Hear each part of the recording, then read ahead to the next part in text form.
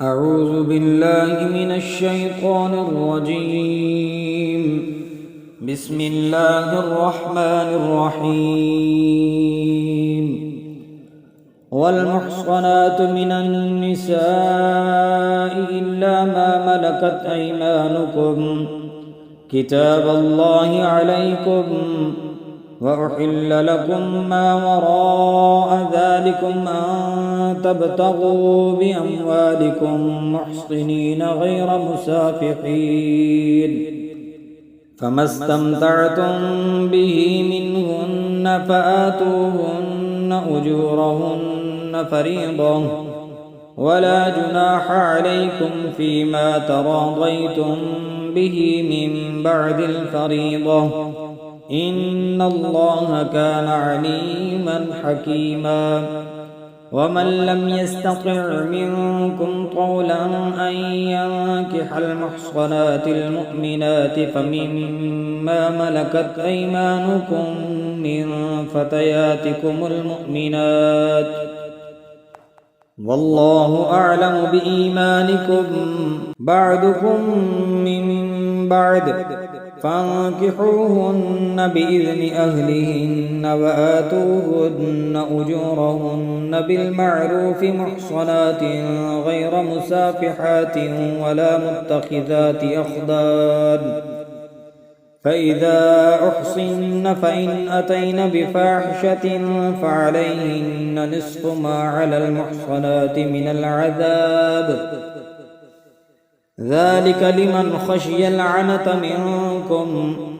وأن تصبروا خير لكم، والله غفور رحيم. يريد الله ليبين لكم ويهديكم سنن الذين من قبلكم ويتوب عليكم،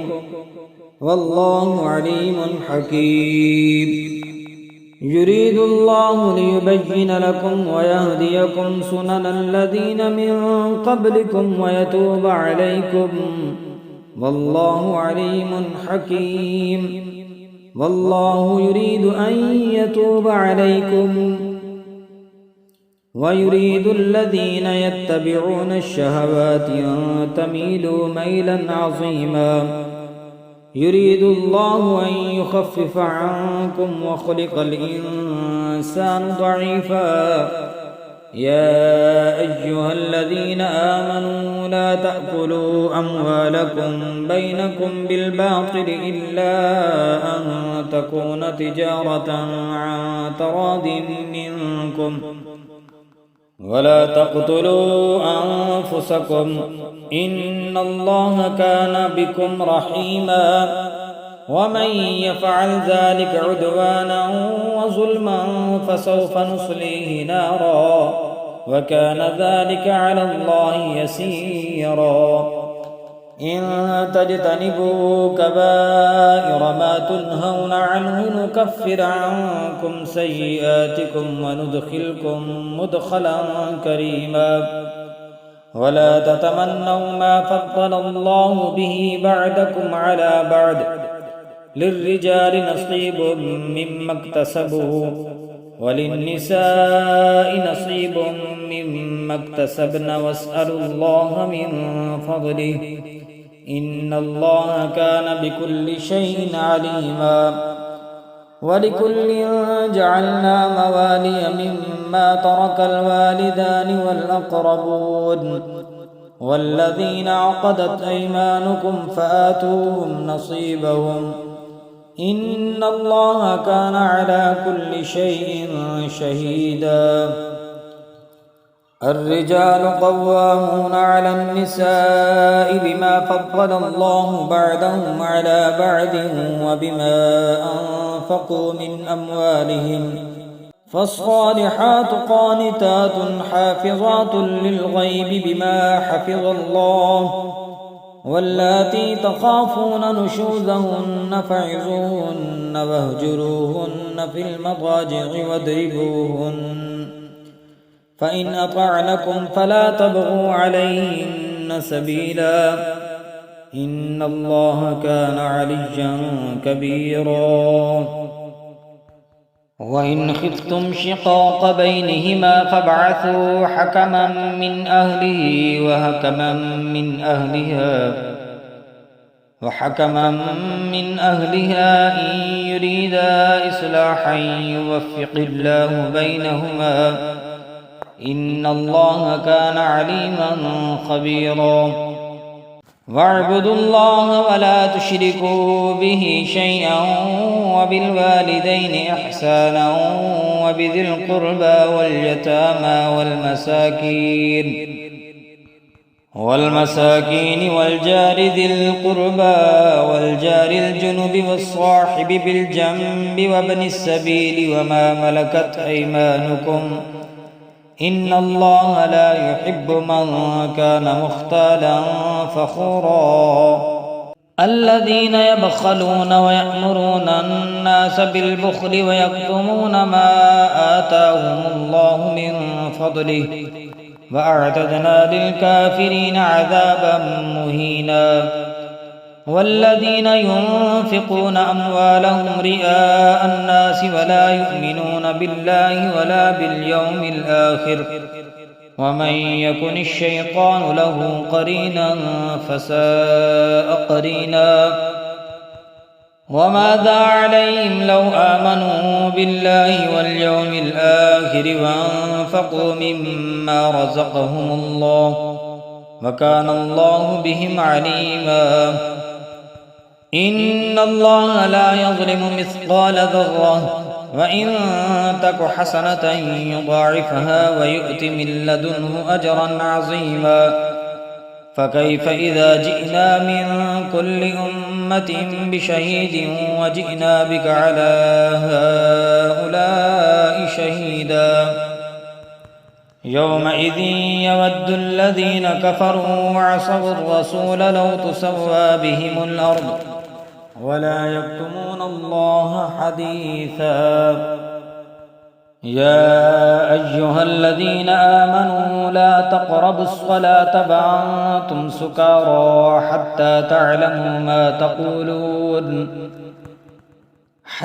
تعلموا ما تقولون ولا جنبا إلا عابري سبيل حتى تغتسلوا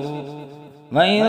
كنتم مرضى أو على سفر أو جاء أحد منكم من الغائط أو لامستم النساء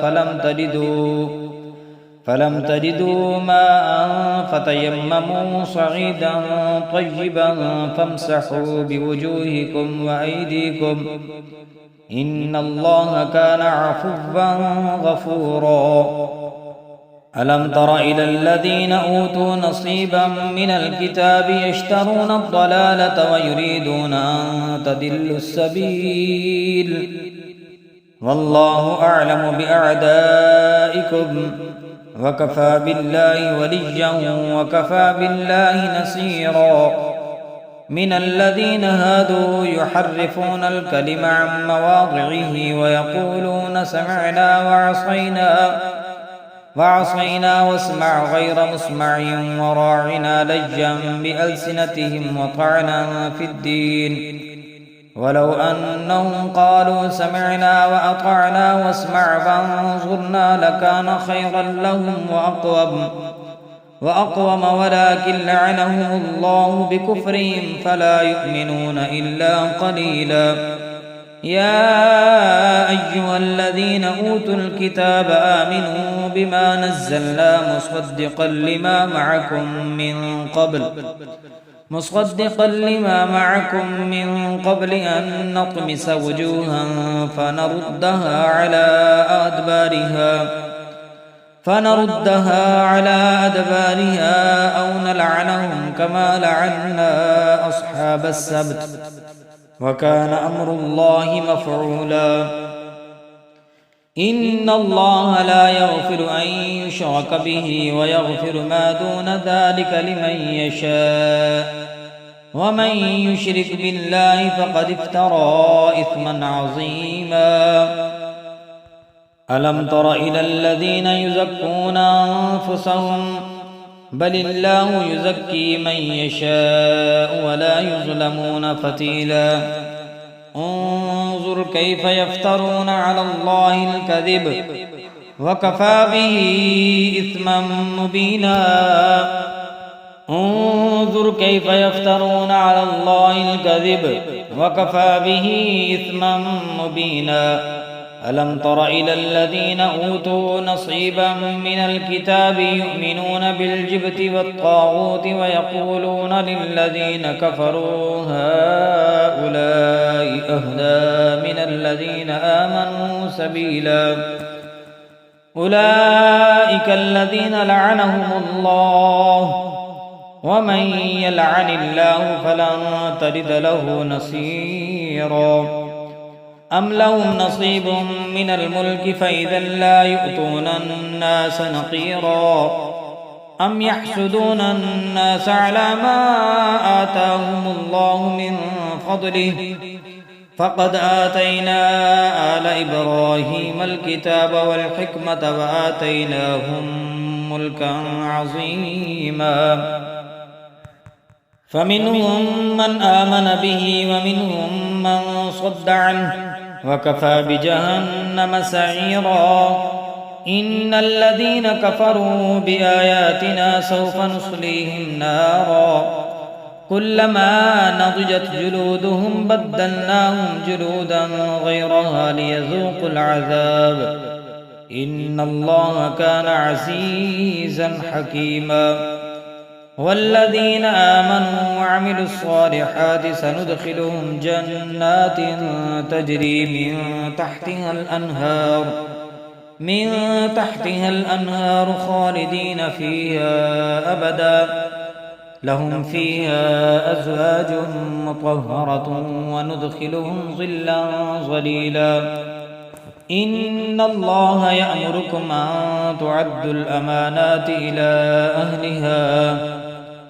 إن الله يأمركم أن تعدوا الأمانات إلى أهلها وإذا حكمتم بين الناس أن تحكموا بالعدل إن الله نعم ما يعظكم به إن الله كان سميعا بصيرا يا أيها الذين آمنوا أطيعوا الله وأطيعوا الرسول وأولي الأمر منكم فإن تنازعتم في شيء فردوه إلى الله والرسول إن كنتم تؤمنون بالله واليوم الآخر ذلك خير وأحسن تأويلا ألم تر إلى الذين يزعمون أنهم آمنوا بما أنزل إليك وما أنزل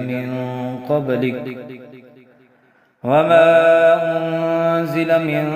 قبلك يريدون أن يتحاكموا إلى الطاغوت وقد أمروا أن يكفروا به ويريد الشيطان أن يضلهم ضلالا بعيدا وإذا قيل لهم تعالوا إلى ما أنزل الله وإلى الرسول رأيت المنافقين يصدون عنك صدودا فكيف إذا أصابتهم مصيبة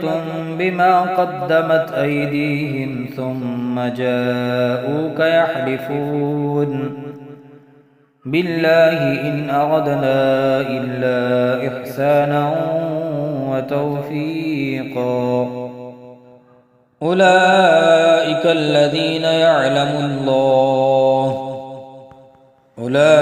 الذين يعلم الله ما في قلوبهم فأعرض عنهم وعظهم وقل لهم في أنفسهم قولا بليغا وما أرسلنا من رسول إلا ليطاع بإذن الله ولو أنهم إذ ظلموا أنفسهم جاءوك فاستغفروا الله واستغفر لهم الرسول لوجدوا الله توابا رحيما فلا وربك لا يؤمنون حتى يحكموك فيما شجر بينهم ثم لا يجدوا في أنفسهم حرجا مما قضيت ويسلموا تسليما. ولو أنا كتبنا عليهم أن اقتلوا أنفسكم أو اخرجوا من دياركم ما فعلوه إلا قليل منهم، ولو أنهم فعلوا ما يوعظون به لكان خيرا لهم وأشد تثبيتا. وإذا لآتيناهم من لدنا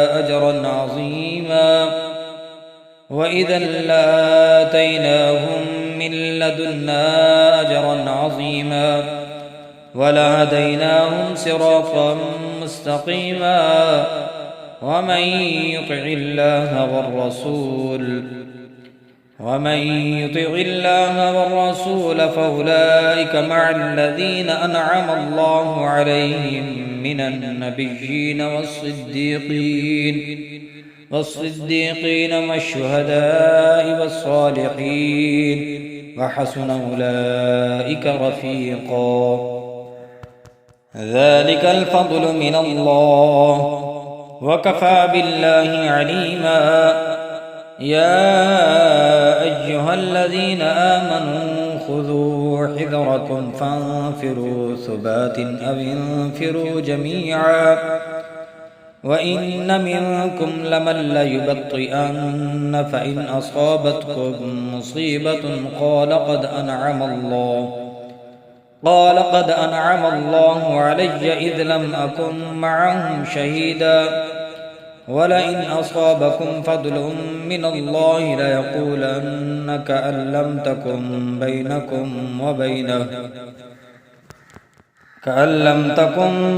بينكم وبينه مودة يا ليتني كنت معهم فأفوز فوزا عظيما. فليقاتل في سبيل الله الذين يشرون الحياة الدنيا بالآخرة، ومن يقاتل في سبيل الله فيقتل أو يغلب فسوف نؤتيه أجرا عظيما. وما لكم لا تقاتلون في سبيل الله والمستضعفين من الرجال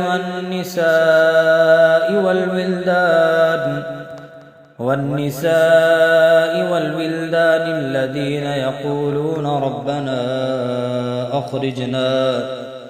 ربنا أخرجنا من هذه القرية الظالم أهلها واجعل لنا من لدنك وليا واجعل لنا من لدنك نصيرا. الذين آمنوا يقاتلون في سبيل الله والذين كفروا يقاتلون في سبيل الطاغوت فقاتلوا أولياء الشيطان إن كيد الشيطان كان ضعيفا. ألم تر إلى الذين قيل لهم كفوا أيديكم وأقيموا الصلاة وآتوا الزكاة فلما كتب عليهم القتال إذا فريق منهم يخشون الناس كخشية الله أو أشد خشية وقالوا ربنا لم كتبت علينا القتال لولا أخرتنا إلى أجل قريب قل متاع الدنيا قليل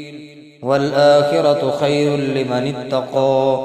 ولا تظلمون فتيلا. أينما تكونوا يدرككم الموت ولو كنتم في بروج مشيدة وإن تصبهم حسنة يقولوا هذه من عند الله وإن تصبهم سيئة يقولوا هذه من عندك قل كل من عند الله فما لهؤلاء القوم لا يكادون يفقهون حديثا ما أصابك من حسنة فمن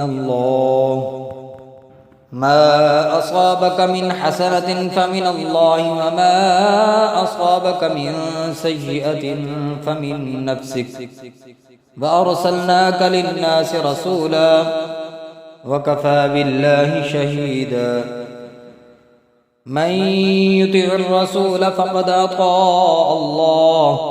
ومن تولى فما أرسلناك عليهم حفيظا ويقولون طاعة فإذا برزوا من عندك بيت طائفة منهم غير الذي تقول والله يكتب ما يبيتون فأعرض عنهم وتوكل على الله وكفى بالله وكيلا أفلا يتدبرون القرآن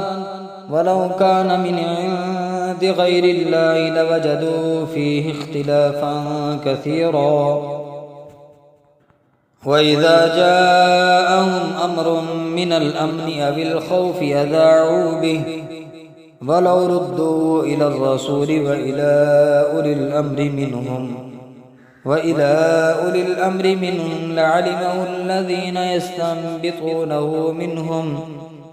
ولولا فضل الله عليكم ورحمته لاتبعتم الشيطان إلا قليلا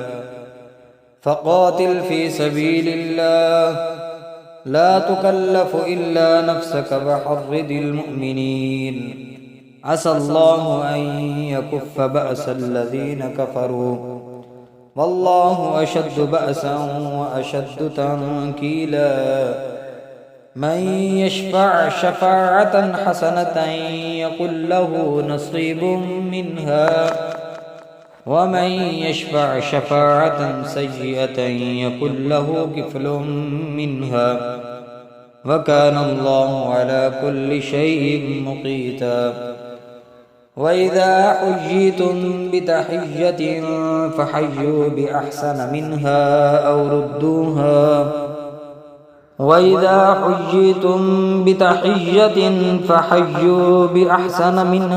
أو ردوها إن الله كان على كل شيء حسيبا الله لا إله إلا هو لا يجمعنكم إلى يوم القيامة لا ريب فيه ومن أصدق من الله حديثا فما لكم في المنافقين فئتين والله أركسهم بما كسبوا أتريدون أن تهدوا من أضل الله ومن يضلل الله فلن تجد له سبيلا ودوا لو تكفرون كما كفروا فتكونون سواء فلا تتخذوا منهم أولياء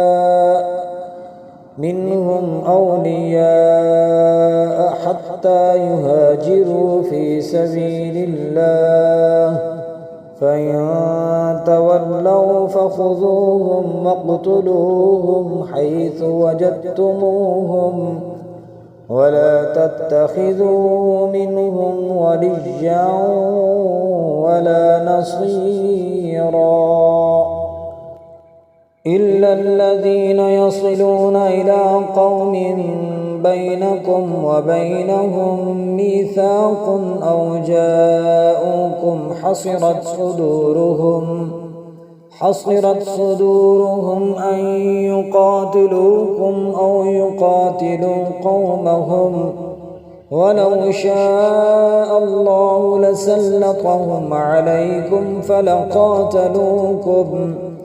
فإن اعتزلوكم فلم يقاتلوكم وألقوا إليكم السلم فما جعل الله لكم عليهم سبيلا ستجدون آخرين يريدون أن يأمنوكم ويأمنوا قومهم كلما ردوا إلى الفتنة أركسوا فيها فإن لم يعتزلوكم ويلقوا إليكم السلم ويكفوا أيديهم فخذوهم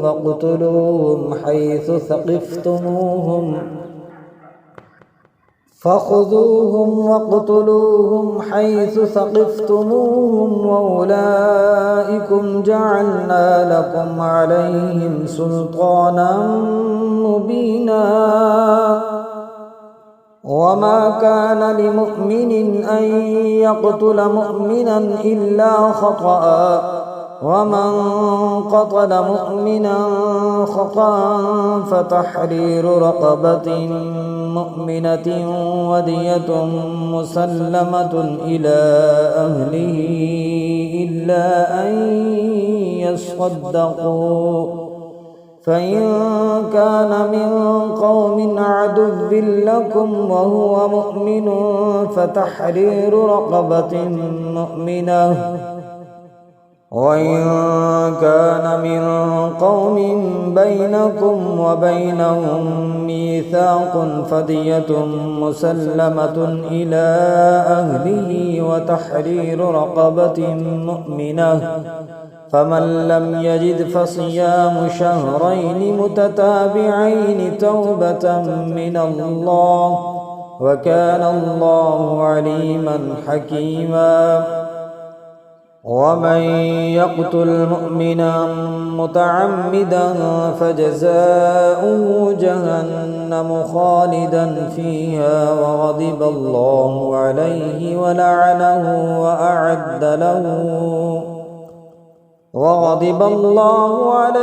ولعنه وأعد له عذابا عظيما يا أيها الذين آمنوا إذا ضربتم في سبيل الله فتبينوا ولا تقولوا لمن ألقى إليكم السلام لست مؤمنا تبتغون عرض الحياة الدنيا فعند الله مغانم كثيرة كذلك كنتم من قبل فمن الله عليكم فتبينوا إن الله كان بما تعملون خبيرا لا يستوي القاعدون من المؤمنين غير أولي الضرر والمجاهدون في سبيل الله بأموالهم وأنفسهم فضل الله المجاهدين بأموالهم وأنفسهم على القائدين درجة وكلا وعد الله الحسنى ففضل الله المجاهدين على القاعدين أجرا عظيما درجات منه ومغفرة ورحمة وكان الله غفورا رحيما إن الذين توفاهم الملائكة ظالمي أنفسهم قالوا فيم كنتم قالوا كنا مستضعفين في الأرض قالوا ألم تكن أرض الله واسعة فتهاجروا فيها فأولئك مأواهم جهنم وساءت مصيرا إلا المستضعفين من الرجال والنساء والبلدان لا يستطيعون حيلة ولا يهتدون سبيلا فأولئك عسى الله أن يعفو عنهم وكان الله عفوا غفورا. ومن يهاجر في سبيل الله يجد في الأرض مراغما كثيرا وسعة، ومن يخرج من بيته مهاجرا إلى الله ورسوله ثم يدركه الموت فقد وقع أجره على الله، وكان الله غفورا رحيما. وإذا ضربتم في الأرض فليس عليكم جناح أن تقصروا من الصلاة إن خفتم أن يفتنكم الذين كفروا إن الكافرين كانوا لكم عدوا مبينا. وإذا كنت فيهم فأقمت لهم الصلاة فلتقم طائفة منهم معك وليأخذوا أسلحتهم، فإذا سجدوا فليكونوا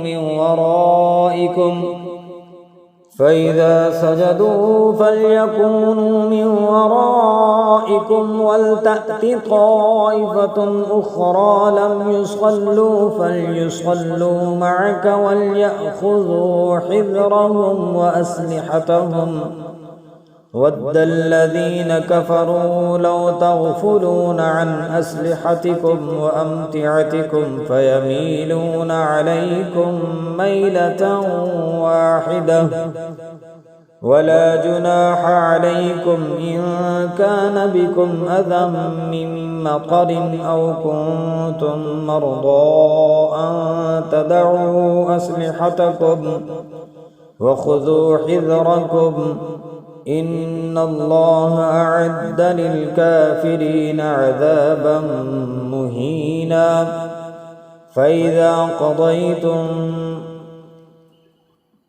فإذا قضيتم الصلاة فاذكروا الله قياما وقعودا وعلى جنوبكم، فإذا اطمأننتم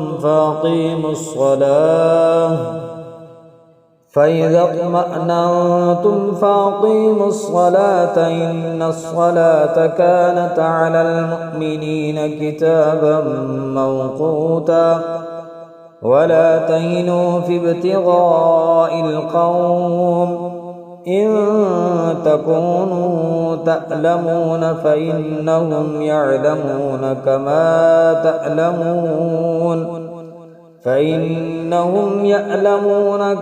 تألمون وترجون من الله ما لا يرجون،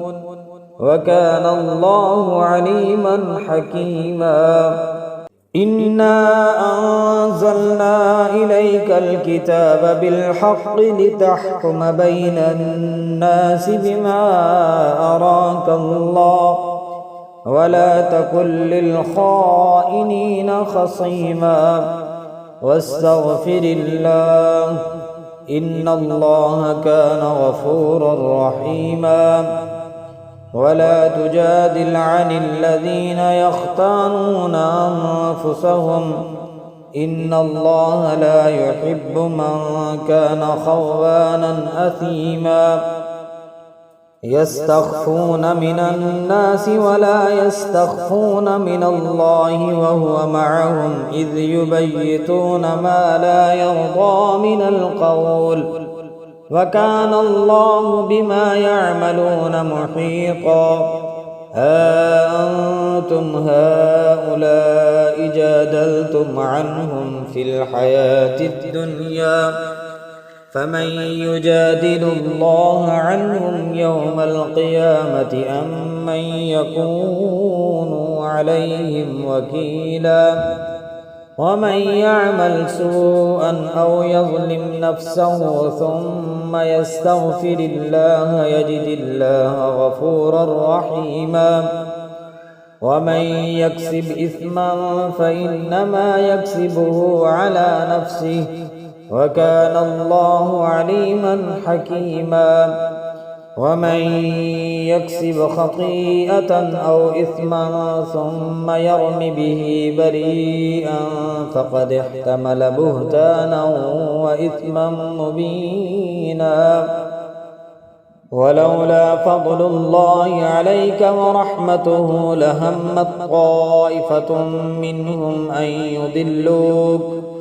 وما يضلون إلا أنفسهم وما يضرونك من شيء. فأنزل الله عليك الكتاب والحكمة وعلمك ما لم تكن تعلم وكان فضل الله عليك عظيما. لا خير في كثير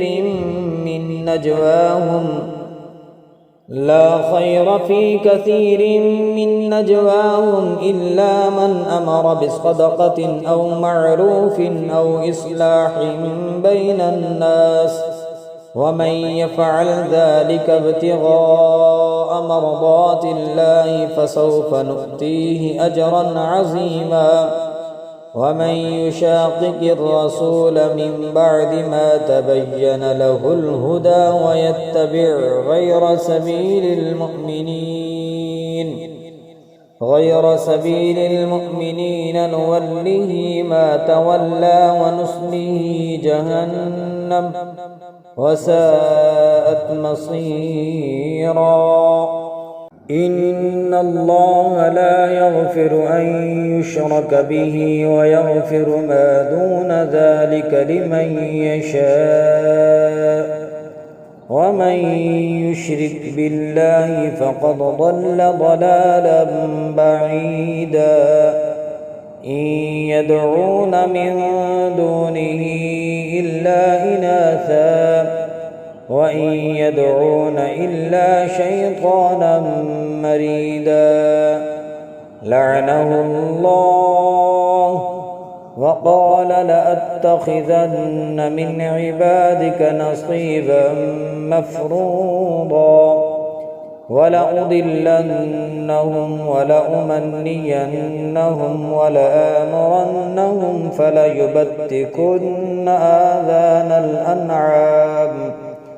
فليبتكن آذان الأنعام ولآمرنهم فليغيرن خلق الله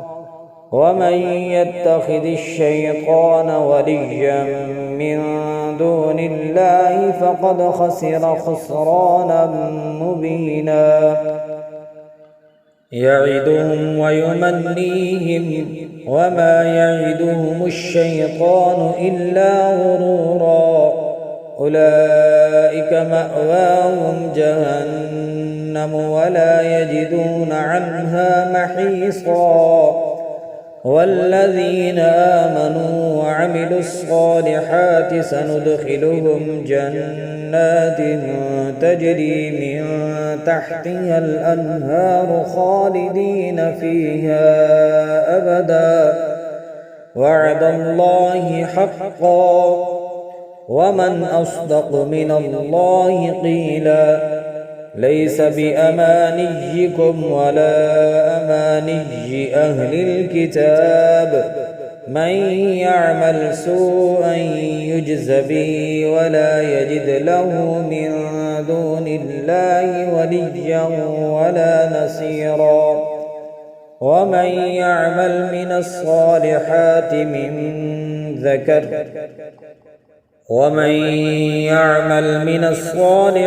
من ذكر أو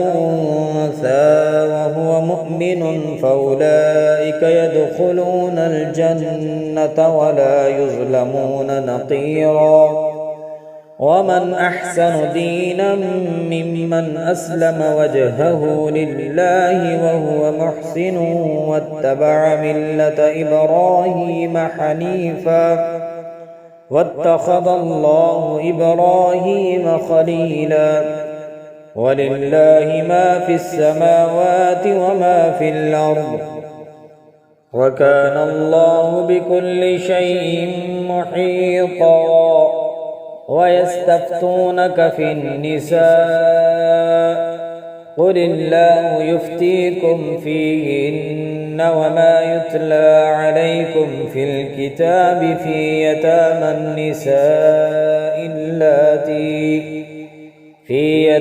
النساء اللاتي لا تؤتونهن ما كتب لهن وترغبون أن تنكحوهن والمستضعفين من الولدان وأن تقوموا لليتامى بالقسط وما تفعلوا من خير فإن الله كان به عليما وإن امرأة خافت من بعلها نشوزا أو إعراضا فلا جناح عليهما أن يصلحا بينهما صلحا والصلح خير وأحضرت الأنفس الشح وإن تحسنوا وتتقوا فإن الله كان بما تعملون خبيرا ولن تستطيعوا أن تعدلوا بين النساء ولو حرصتم فلا تميلوا كل الميل فتذروها كالمعلقة وإن تصلحوا وتتقوا فإن الله كان غفورا رحيما وإن يتفرقا يغني الله كلا من سعته وكان الله واسعا حكيما ولله ما في السماوات وما في الأرض ولقد وصينا الذين أوتوا الكتاب من قبلكم وإياكم أن اتقوا الله وإن تكفروا فإن لله ما في السماوات وما في الأرض وكان الله غنيا حميدا ولله ما في السماوات وما في الأرض وكفى بالله وكيلا إن يشأ يذهبكم أيها الناس ويأت بآخرين وكان الله على ذلك قديرا من كان يريد ثواب الدنيا فعند الله ثواب الدنيا والآخرة وكان الله سميعا بصيرا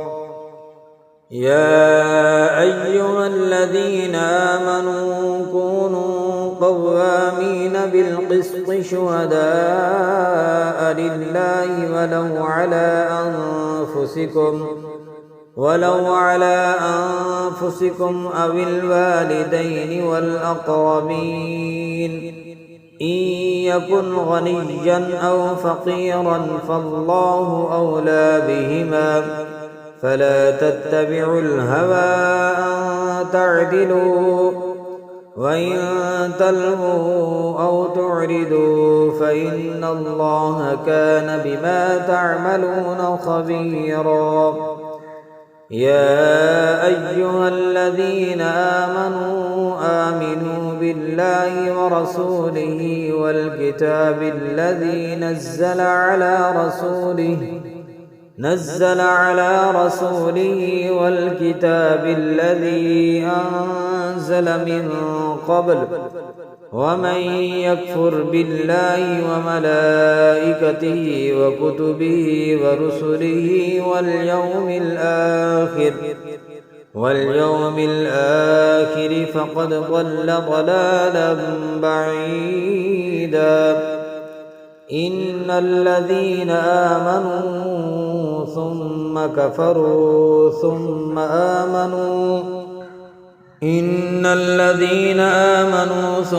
كفروا ثم آمنوا ثم ازدادوا كفرا لم يكن الله ليغفر لهم ولا ليهديهم سبيلا بشر المنافقين بأن لهم عذابا أليما الذين يتخذون الكافرين أولياء من دون المؤمنين أيبتغون عندهم العزة فإن العزة لله جميعا وقد نزل عليكم في الكتاب أن إذا سمعتم آيات الله يكفر بها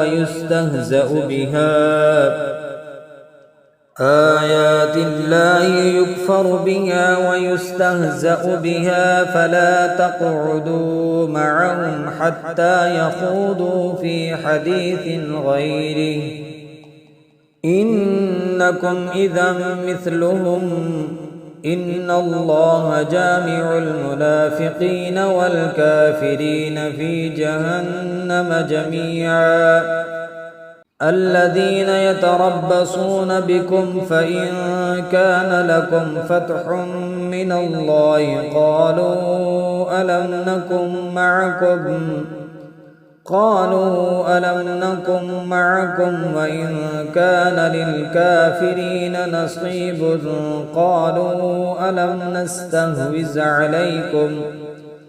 قالوا ألم نستحوذ عليكم ونمنعكم من المؤمنين